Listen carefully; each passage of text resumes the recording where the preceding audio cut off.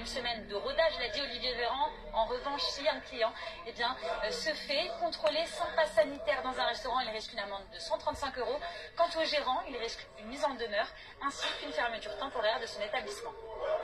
Merci beaucoup Nargis Sazi à Paris. On est en plateau avec toujours Maître Philippe Prison, bonjour, avocat au barreau de Paris, ainsi qu'avec Anne-Sora Dubois du service politique de BFM TV. Avec ce pass sanitaire, il y a bien sûr l'intention du gouvernement de lutter contre les fraudes, puisque les QR codes se multiplient. Certains ont déjà été condamnés pour fabrication de faux QR codes. Maître Philippe Prigent, on s'attend évidemment à des sanctions d'emblée et des sanctions plutôt lourdes, 135 €, puis 750 €, puis ça passe en cas de récidive à 1500 €. Ce sont des sanctions évidemment dissuasives.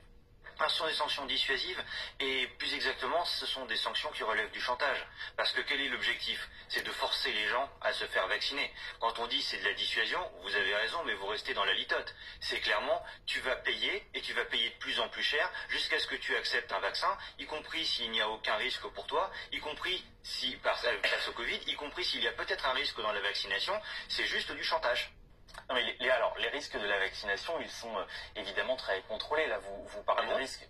Vous parlez de risque en fait d'une vaccination dont aujourd'hui, c'est un discours qui est mené évidemment par les antipasses, par les anti-vaccins, etc. Mais le vaccin, il est étudié depuis des dizaines d'années et aujourd'hui. Ah bon, ce vaccin-là, il est étudié depuis des dizaines d'années? Moi, j'avais l'impression que ça faisait même pas 18 mois. Monsieur, juste au-delà de la question en fait de savoir si il y a le vaccin ou pas, c'est surtout que si c'est une fraude, c'est le droit qui exige qu'il y ait des amendes en fait. Alors en fait, en question de création, le droit, alors vous avez tout à fait raison sur le droit, mais le droit en France, c'est pas seulement la loi, il y a aussi la CEDH. Il y a une réforme, un changement qui a eu lieu en France il y a à peu près 45 ans.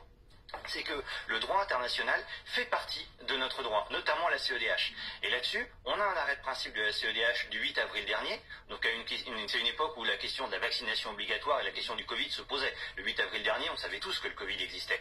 Et la CEDH a rendu un arrêt de principe, grande chambre, avec toute la publicité, en disant c'est notre arrêt de principe sur la vaccination obligatoire. Donc quand on dit le droit, il faut commencer par regarder la CEDH qui est au-dessus de la loi. On est d'accord.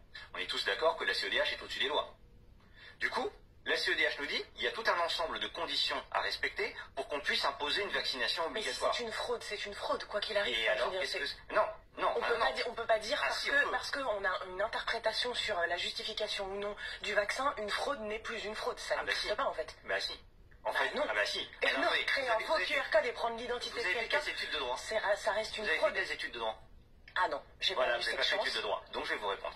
Du coup, pour moi, juste une fraude reste une fraude, excusez-moi. Exactement, mais c'est normal le droit. Mais oui, c'est de l'ignorance, mais c'est pas grave, vous êtes là pour apprendre.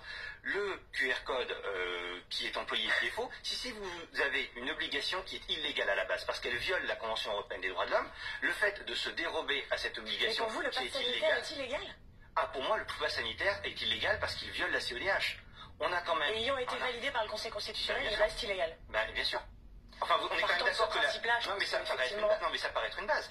En France, on est d'accord qu'il y a des traités internationaux. Si vous respectez la Constitution et que vous violez un traité international, on est d'accord que vous êtes en train de violer le droit. Mais donc tous les pays qui sont en train de mettre en place le pass sanitaire violent alors justement, il y en a le droit très peu. selon vous. C'est ça qui est très intéressant. C'est que dans les pays de la CEDH, il y en a une cinquantaine, l'Ausweis vaccinal est extrêmement minoritaire. Les pays qui ont mis en place ce système se comptent sur les doigts d'une main ou peut-être des deux. Dans l'immense majorité des pays du monde, et dans des pays qui ne sont pas forcément connus comme étant très protecteurs des libertés, c'est pas la Russie, le Vietnam, il n'y a pas d'Ausweis vaccinal. Et là, il faut se poser la question de se dire, si dans l'immense majorité des pays, il n'y a pas d'Ausweis vaccinal parce que les gens trouvent ça choquant, il y a des chances que évidemment, c'est nous qui ont tort, parce que c'est pas parce qu'on est français, enfin j'adore mon pays, mais c'est pas parce qu'on est la France qu'on a raison contre tout le monde, on est d'accord. On va faire réagir un